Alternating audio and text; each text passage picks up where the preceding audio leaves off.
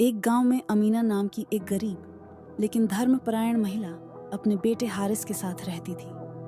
अमीना हमेशा हारिस को अल्लाह, दयालुता और ईमानदारी के बारे में सिखाती थी।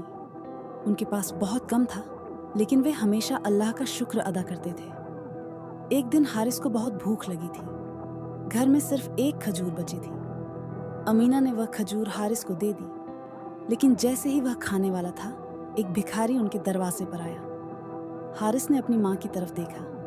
अमीना ने मुस्कुराकर सिर हिलाया और हारिस ने वह अकेली खजूर भिखारी को दे दी। उस रात हारिस ने पूछा, अम्मी, क्या अल्लाह मुझे और खजूर देगा?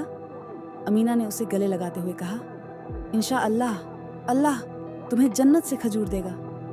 सालों बाद हारिस एक दयालु और उदार इंसान बना।